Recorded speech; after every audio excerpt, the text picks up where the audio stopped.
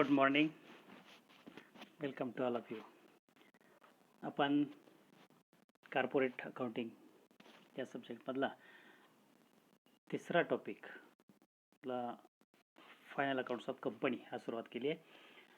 त्याच्या तुम्हाला notes send केलेत, त्याचा व्हिडिओ पण दोन सेंड केलेत, एक इंट्रोडक्टरी आणि दुसरा प्रॉफिट अँड लॉस अकाउंटचा फॉर्मॅट आणि त्याचा अकंपेइंग नोट्स, आणि बॅलन्स शीटचा फॉर्मॅट पण सेंड केला आहे, तोही आपण लिहून घेतला असेल. त्याच्या खाली अकंपेइंग नोट्स असा जो भाग दिला आहे तोही लिहून घ्यायला सांगितलं होतं. ह्या सगळ्या गोष्टी तुमच्या समोर वहीत लिहिलेल्या असल्या पाहिजेत आणि त्या समोर ठेवूनच व्हिडिओ बघायचा आहे. टॉपिकचे फॉर्म, एंट्रीज करणं हा थोडा लेंदी, थोडासा मोठा भाग आहे. त्यामुळे तुमच्या समोर त्या वहीमध्ये सगळ्या नोट्स समोर असल्या पाहिजेत. आत्ता व्हिडिओ बघताना बॅलन्स शीट्सवर आपण चर्चा करतोय, तर समोर वही उघडलेली असावी, बॅलन्स शीटचा फॉर्म समोर असायला पाहिजे आणि त्याच्या खाली दिलेले अकंपेइंग नोट्स असायला पाहिजेत.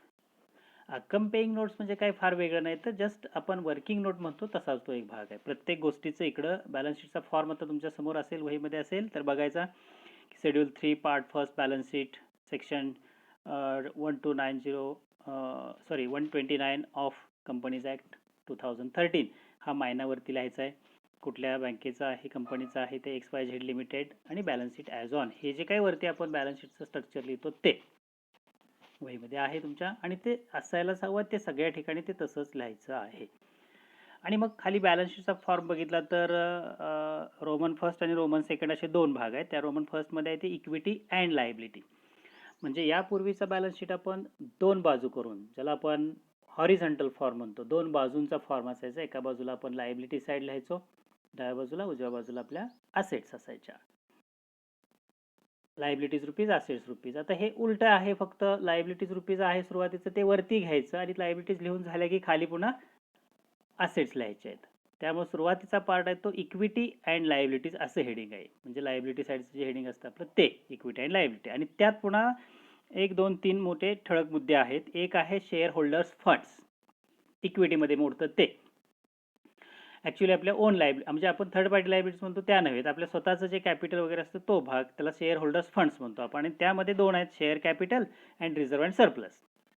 म्हणजे कंपनीचं ओन कॅपिटल म्हणतो आपण, तो हा भाग येतो.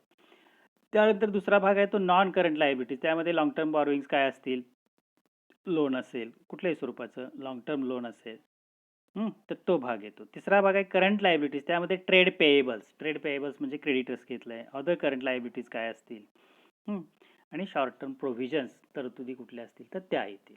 असे हे 2-3 घटक त्यात तिसऱ्या पार्टमध्ये येतात. आणि ह्या सगळ्यांची बेरीज, 1, 2, 3ची बेरीज आहे ती टोटल इक्विटी अँड लायबिलिटीज असं म्हटले त्याला, टोटल इक्विटी अँड लायबिलिटी. आता हे झालं लायबिलिटी साईडची टोटल पहिली, आणि नंतर पुन्हा खाली असेट्स चालू होत आहेत. दुसरा सेकंड पॉईंट दिला असेट्स. त्यात non current asset, non current आणि करंट. नॉन करंट म्हणजे फिक्स्ड असेट, की ज्यामध्ये फिक्स्ड आहेत, टँजिबल आहेत, इनटँजिबल आहेत. आणि मग नॉन करंट असेट्समध्ये इन्व्हेस्टमेंट सारख्या काही गोष्टी असतील तर त्या येतात. असा तो असेटचा भाग येतो. नंतर करंट असेट्स दिलेत की ज्यामध्ये stock, trade receivable, cash equivalents आणि अदर करंट असेट्स. आणि त्या सगळ्यांची बेरीज, 1 आणि 2ची बेरीज ह्या असेटची बेरीज असते. म्हणजे फॉर्मॅट एकदम सुटसुटीत छोटासाच आहे, फक्त त्या सिक्वेन्सनंच त्या गोष्टी यायला हव्यात. म्हणजे तुमच्या समोर बॅलन्स शीट असेल, बॅलन्स शीट बघताय तुम्ही, तो बॅलन्स शीट आहे. आता त्या प्रत्येक ठिकाणी उदाहरणार्थ पहिलाच भाग घेतला इक्विटी अँड लायबिलिटीज मध्ये शेअर होल्डर्स फंड्स, मग त्यात 1 share capital, 2 reserve and surplus, त्याच्या पुढे आपण ए आणि बी म्हटलंय. आता तिथं म्हणजे बॅलन्स शीटच्या फॉर्ममध्ये आपण शेअर कॅपिटलचं संपूर्ण माहिती लिहायला जागा असत नाही, किंवा आपण जागा सोडत पण नाही, एकदम शॉर्टमध्ये तो फॉर्म बसवायचा. आणि त्या शेअर कॅपिटलमध्ये अमुक एक आकडा असेल, एक 10 लाख आहे, तर ते 10 लाख कसे आले, कुठून आले, त्याचं काय असेल ते मॅटर लिहिण्यासाठीच्या ज्या वर्किंग नोट आहेत त्याला अकंपेइंग नोट्स म्हणायचं. मग हा जो ए भाग आहे शेअर कॅपिटलचा, तो लिहिण्यासाठी इकडे ए लिहिलाय, आणि अकंपेइंग नोट्स आता बघायच्या त्या खालच्या अकंपेइंग नोट्समध्ये आपण पर्टिक्युलर रुपीज असे कॉलम केलेत, आणि सिरियल नंबरच्या कॉलममध्ये ए लिहिलंय. ए म्हणजे हा इथला ए रेफर करायचा, नोट्स नंबरचा जो कॉलममध्ये आपण घेतलाय तो. म्हणजे वरती बॅलन्स शीटमध्ये जर बघितलं तर share capital, reserve and surplus, long term current liabilities, त्यामध्ये ट्रेड पेएबल, अदर करंट, त्यामध्ये A B C D E F G H I J K L असं जे लिहिलंय, बरोबर. ते पॉईंट इकडे घ्यायचे आहेत. म्हणजे ए पॉईंट जो आहे शेअर होल्डर्स फंड्स मधला शेअर कॅपिटल, तो इथं अकम्पेइंग नोट्समध्ये पहिला ए घ्यायचा, शेअर कॅपिटल. आता हे सगळं इथं जे लिहिलंय ते तिथं लिहिणं शक्य नाही, किंबहुना तेवढी जागा तिथं सोडत गेलो तर तो बॅलन्स शीटचा फॉर्मॅट मोठा होईल. म्हणून ह्या वर्किंग नोट आपल्याला जशा जिथं आवश्यक असतील तेवढ्या आपण इथं करत जायचं. मग आता इथं काय केलं, ए मध्ये शेअर कॅपिटल, आणि शेअर कॅपिटलमध्ये काय काय असू शकतं हे सगळंच्या सगळं येईल असंही नाही. आपल्याला जेवढं दिलं असेल एक्झाम्पलमध्ये तेवढ्याच गोष्टी मांडत जायचं. For example authorized capital. Authorized माहिती आहे तुम्हाला, authorized capital, issued capital, subscribe capital, called up capital. हे कॅपिटल आपण एक एक स्टेप बाय स्टेप लिहितो, तो भाग आहे सगळा. मग ॲथोराइज्ड कॅपिटलमध्ये 1, 2 पहिला आहे की equity shares, 10,000 equity shares of ₹100 each, काय असेल ते outer column. 1,000 preference shares of ₹1,000 each, जे काय असेल ते. दोन्ही असतील तर दोन्ही, एक असेल तर एक. ॲथोराइज सांगितलं असेल तेवढं ॲथोराइज कॅपिटल लिहायचं. ॲथोराइज कॅपिटल आपण डबल अंडरलाईन करतो आउटर कॉलममध्ये घेऊन सुद्धा, कारण त्या पुन्हा कुठंही टोटलमध्ये घ्यायच्या नसतात. ॲथोराइजचं म्हणजे जस्ट ठरवलेलं भाग भांडवल त्या कंपनीचं असतं ते. पण तिथून खाली नंतरचा भाग आहे तो महत्त्वाचा असतो, इश्यूड अँड सबस्क्राईब. इथं पण कदाचित इश्यूड वेगळं दिलं असेल तर आणखी इश्यूड वेगळं लिहायचं, सबस्क्राईब वेगळं दिलं असेल सबस्क्राईब वेगळं दिलं असेल लिहायचं. दोन्ही एकच दिलं असेल तर इश्यूड अँड सबस्क्राईब कॅपिटल असं म्हणायचं. त्यामध्ये 1 आणि 2, जर प्रेफरन्स आणि इक्विटी 2 प्रकार असतील तर, फक्त इक्विटी असेल तर फक्त इक्विटी लिहायचं. पुन्हा 5,000 इक्विटी शेअर्स किंवा 5,000 प्रेफरन्स शेअर्स ऑफ ₹100 ईच वगैरे वगैरे जे काय असेल ते. आणि तिथं लेस म्हटलंय कॉल्स इन ॲरियर्स किंवा शेअर फॉरफिचर अकाउंट. म्हणजे जर का काही कॉलची रक्कम येणं असेल, कॉल्स इन ॲरियर्स. आपण इश्यू ऑफ शेअर्स टॉपिक बघितलाय. ₹100 एक शेअर आहे, 5 हप्ते केले, 20 100, 20 रुपये आपण मागवलेले असतील, आणि आतापर्यंत 4च हप्ते मागवले, म्हणजे ₹80 मागवले आणि ₹20 मागवलेलेच नसतील, किंवा मागवलेत पण आलेले नसतील, तर ते लेस कॉल्स इन ॲरियर्स असतील. किंवा काही जणांचे कॉल दिले नाहीत म्हणून शेअर जप्त केले असतील तर ते लेस शेअर फॉरफिचर अकाउंट असं केलं जातं. म्हणजे हा शेअर कॅपिटलचा एक महत्त्वाचा भाग येतो. म्हणजे शेअर कॅपिटलमध्ये authorize capital, issued capital, subscribe capital आणि वॉट एव्हर मे बी जेवढे कॅपिटलचे प्रकार असतील ते सगळे आपण त्यात घेतो. हा झाला ए भाग. आता वरती बॅलन्स शीटमध्ये बघितलं तर याच्या खाली बी आहे, आणि बी काय आहे, रिझर्व्ह अँड सरप्लस, म्हणजे ओन फंड्स मधला दुसरा भाग. तर रिझर्व्ह अँड सरप्लस हा आपण बी म्हटलंय, रिझर्व्ह अँड सरप्लस. आता रिझर्व्ह अँड सरप्लस इथं वर्किंग नोटमध्ये ही एक करायलाच लागते. वर्किंग नोट पहिली आणि दुसरी महत्त्वाची आहेच आहे. ह्या दोन्ही करायला लागतात, कारण हे दोन्ही घटक बॅलन्स शीटमध्ये किंवा आमच्या फायनल अकाउंटमध्ये असतातच. दुसरी एखादी लायबिलिटी असेल नसेल, पण ह्या 2 तर महत्त्वाच्या भाग आहेत. मग बी मध्ये आहे reserve and surplus. Reserve and सरप्लसमध्ये काय काय येतं ते बघा. एक, P&L अकाउंट सरप्लस, म्हणजे आपण प्रॉफिट अँड लॉस अकाउंट तयार केलेला असेल, त्या प्रॉफिट अँड लॉस अकाउंटमध्ये सर्वात शेवटी राहिलेला जो सरप्लस बॅलन्स असतो, शिल्लक राहिलेले आपले फंड्स असतात. म्हणजे जसं आपण NP आपल्या नेहमीच्या प्रॉफिट अँड लॉस अकाउंटमधून NP काढतो आणि बॅलन्स शीटच्या लायबिलिटी साईडला लिहितो नेट प्रॉफिट, तसा हा प्रॉफिट अँड लॉस अकाउंटचा सरप्लस बॅलन्स. त्यात ॲड प्रॉफिट अँड लॉस अकाउंटचा सरप्लस बॅलन्स चालू वर्षाचा, म्हणजे हा पहिला येतो लास्ट इयरचा, हा त्यात ॲड होतो चालू वर्षाचा. असे दोन्ही सरप्लसची बेरीज होते. आणि लेस त्यातून काही तरतुदी असतील, प्रॉफिटमधल्या तरतुदी, म्हणजे proposed dividend, interim dividend, final dividend, preference शेअर्सवरचा डिव्हिडंड द्यायचा आहे, ह्या सगळ्या गोष्टी असतील तर त्या लेस केल्या जातात प्रॉफिटमधून. म्हणजे प्रत्यक्षात चालू वर्षाच्या प्रॉफिटमधून आपण मागच्या वर्षीचा असेल तर मागच्या वर्षीचा अधिक चालू वर्षाचा ॲड करतोय आणि त्यातून ह्या तरतुदी लेस करतो. यापूर्वी खरं तर profit and loss appropriation account एक स्वतंत्र असायचं, त्या आपण तरतुदी लेस करायचो. मग इथं काय होतं की ह्या रिझर्व्ह अँड सरप्लस हेडिंगमध्येच, म्हणजे छोट्याशा वर्किंग नोटमध्येच ह्या गोष्टी करायच्या. सोपं आहे. रिझर्व्ह अँड सरप्लसच्या हेडिंगमध्ये काय, मागच्या वर्षीचा प्रॉफिट असेल तर त्यात ॲड चालू वर्षाचा प्रॉफिट, आणि त्या दोन्हीच्या बेरजेतून लेस काही खर्च असतील आपले हे तरतुदीचे खर्च, बाकीचे खर्च नव्हेत. म्हणजे प्रपोज डिव्हिडंडचे असतील, इंटरिमचे असतील, फायनान्सचे असतील किंवा प्रेफरन्स शेअर्सचं काही देणं असेल तर ते लेस करून आउटर कॉलमला घ्यायचं. या व्यतिरिक्त रिझर्व्ह अँड सरप्लसमध्ये चालू वर्षाचा रिझर्व्ह अँड सरप्लस असेल, जनरल रिझर्व्ह असेल, रिझर्व्ह फंड असेल, डिव्हिडंड इक्वलायझेशन फंड असेल, एनी अदर फंड्स असतील की जे रिझर्व्हमध्ये मोडतात, ते सगळे इथं या लिस्टमध्ये घ्यायचे बी मधल्या. ही एक वर्किंग नोट झाली दुसरी. तिसरा भाग आहे आपण बघितला सीचा की लॉंग टर्म बॉरोइंग्स.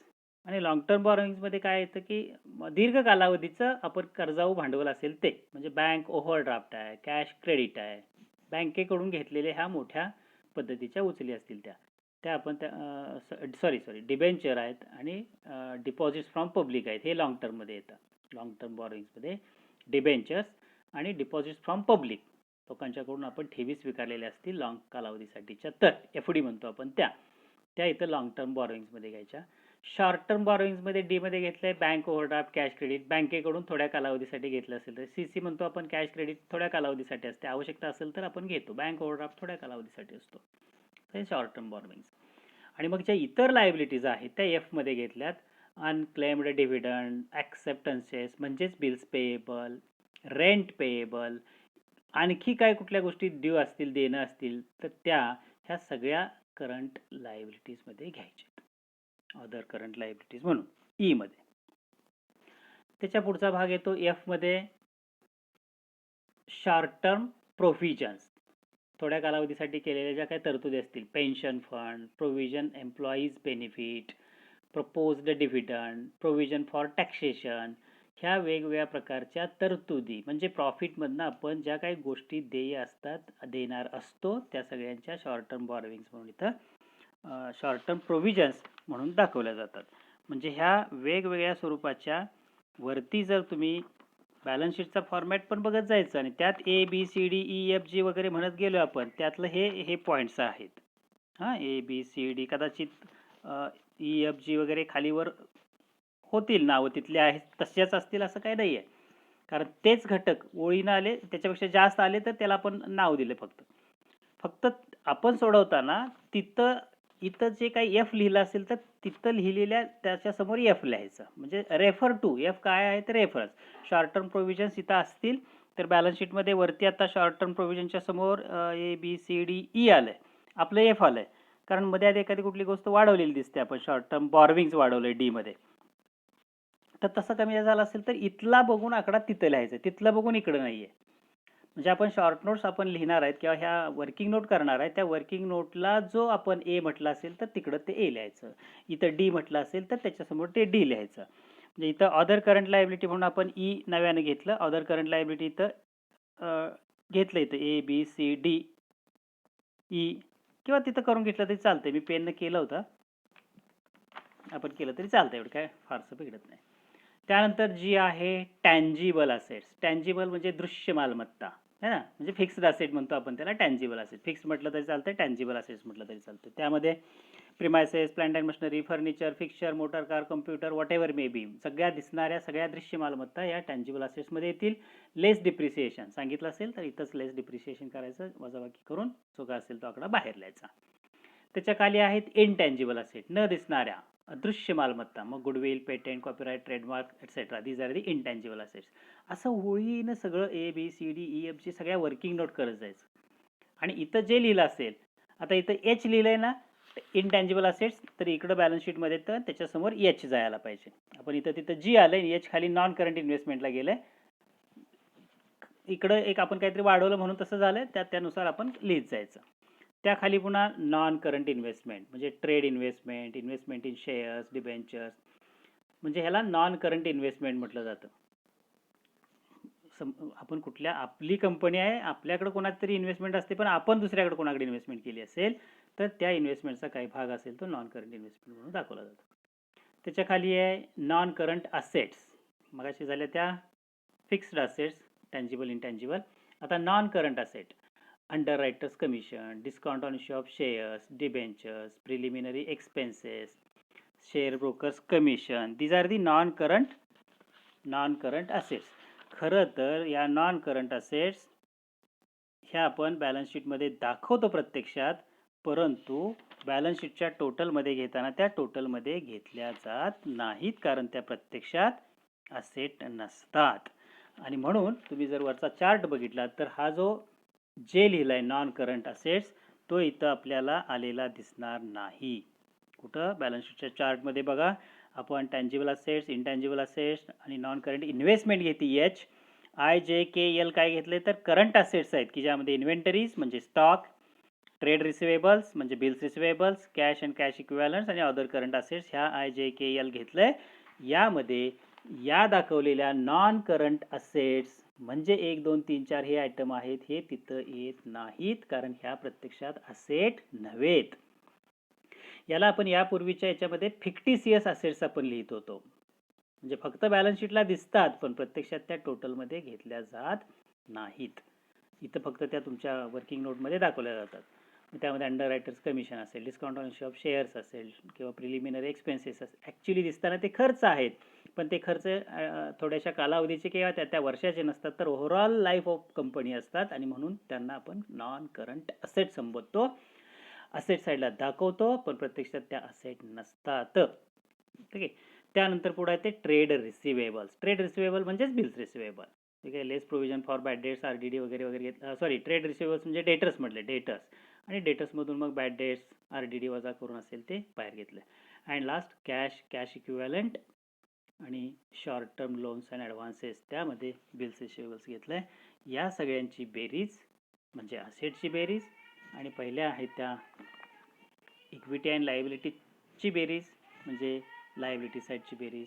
असं हे बॅलन्स शीटच्या फॉर्मॅटमधला आपल्याला सगळ्यात महत्त्वाचा भाग दाखवायला लागेल अकम्पेइंग नोट्ससह. अकम्पेइंग नोट्स म्हणजे फार वेगळं नाही तर वर्किंग नोट आहेत. प्रत्येक गोष्टीची एक एक वर्किंग नोट करायला लागते. म्हणजे थोडक्यात बघा, जर प्रॉफिट अँड लॉस अकाउंट आणि बॅलन्स शीट काढायचं असेल तर आपल्याला परीक्षेला विचारताना, आता येणाऱ्या सेमिस्टरला शक्यता कमीच आहे, येणारी सेमिस्टर ही पुन्हा ऑब्जेक्टिव्ह टाईप होण्याची शक्यता जास्त आहे. त्यामुळे कुठला घटक कुठे येतो, कशाला काय म्हणायचं, इंटँजिबल असेट्स कोणत्या, टँजिबल कोणत्या, ट्रेड रिसिवेबल्स काय आहे, कशातनं काय वाचा केलं जातं, ह्या सगळ्या बाबी माहिती असायला पाहिजे. ह्या थेरॉटिकल पार्ट विचारला जाणार. ज्यावेळी आपल्याला हा प्रॉब्लेम सोडवायचा असं सांगितलं जाईल त्यावेळी 2 A आणि B विचारले जातात. एक प्रॉफिट अँड लॉस अकाउंट पण काढायचा असतो आणि बॅलन्स शीट पण काढायचा असतो. बघा ना, फॉर्मॅट आपण तयार करून घ्यायचा प्रॉफिट अँड लॉस अकाउंटचा, बॅलन्स शीटचा, अकम्पेइंग नोट्स, एक्झाम्पल वाचून ठरवायचे की कुठल्या कुठल्या करायला लागतात. थोडासा भाग असेल तर थोड्याच अकम्पेइंग नोट्स म्हणजे वर्किंग नोट्स करायच्या, सगळ्याच्या सगळ्या करायची गरज असत नाही. पण ज्या महत्त्वाच्या आहेत त्या आखून ठेवल्या तरी चालतात आणि बाकीच्या मग सोडवताना एखादी नवीन करावी लागली तर ती नवीन करायची. त्यामुळे ABCDEFची ते त्याच पद्धतीनं असलं पाहिजे असं नाही. फक्त इकडं जे आपण वर्किंग नोटमध्ये A म्हणू तेच तिकडे A म्हणायचं, तिकडं त्या कॉलममध्ये नंतर लिहायचं, लक्षात ठेवायचं. आणि या पद्धतीनं फॉर्म बघितला तर P&L बॅलन्स शीट 2 फॉर्म आणि त्याच्या अकम्पेइंग नोट्स हा खूप मोठा भाग असतो. त्यामुळं अजून एकदा हा व्हिडिओ पुन्हा पुन्हा बघा आणि नक्की कुठल्या कुठल्या गोष्टी आहेत. P&Lचा पण फॉर्मॅट दिला आहे, त्याच्याही अकम्पेइंग नोट्स दिला आहे, त्याचाही व्हिडिओ दिला आहे. ह्या दोन्ही गोष्टी काळजीपूर्वक पुन्हा एकदा बघा, डबल बघा आणि मग आपण उद्याच्या फॉर्मला लेक्चरला त्याच्या ॲडजस्टमेंट्स कशा असतात, एक एक ॲडजस्टमेंट बघताना तुम्हाला प्रॉफिट अँड लॉस अकाउंटचा फॉर्म पुढं पाहिजे, त्याच्या अकम्पेइंग नोट्स पाहिजेत, बॅलन्स शीटचा फॉर्म पुढं पाहिजे, त्याच्या अकम्पेइंग नोट्स पाहिजेत. आणि मग ॲडजस्टमेंट वाचत वाचत मी एक एक ॲडजस्टमेंट कुठं होणार डेबिटला कुठं क्रेडिटला ते पान उघडून तुमचं तुम्ही बघायचं. मी सांगेन त्या पद्धतीनं पान उघडा. इथं लिहिलं आहे, दुसरा इफेक्ट इथं लिहिला आहे, 2 इफेक्ट्स असतात ना आपल्या ॲडजस्टमेंटचे, तर तसे ते सांगत जाईन, ते कन्फर्म करत जायचं आहे. आठवणीनं रिपीट करा, हा पुन्हा पुन्हा बघा आणि आपल्याला प्रत्येक वेळी पान उघडून मी सांगेन इथं बघा तिथं बघा, पण पटकन तो पान उघडून आपल्याला सापडला पाहिजे की प्रॉफिट अँड लॉस अकाउंटचा फॉर्म उघडा, त्याच्यात वरून 3 नंबरला लिहिलं आहे बघा, तिथं इथनं लेस करायचं, इथं ॲड करायचं, असं मी सांगेन. त्या पद्धतीने ते आपण बघत जायचं आहे. त्यामुळे एकदा आपल्या ॲडजस्टमेंट्स सगळ्या समजून घेतल्या की मग एक्झाम्पल सोडवायला सुरुवात करू. तोपर्यंत धन्यवाद. Stay home.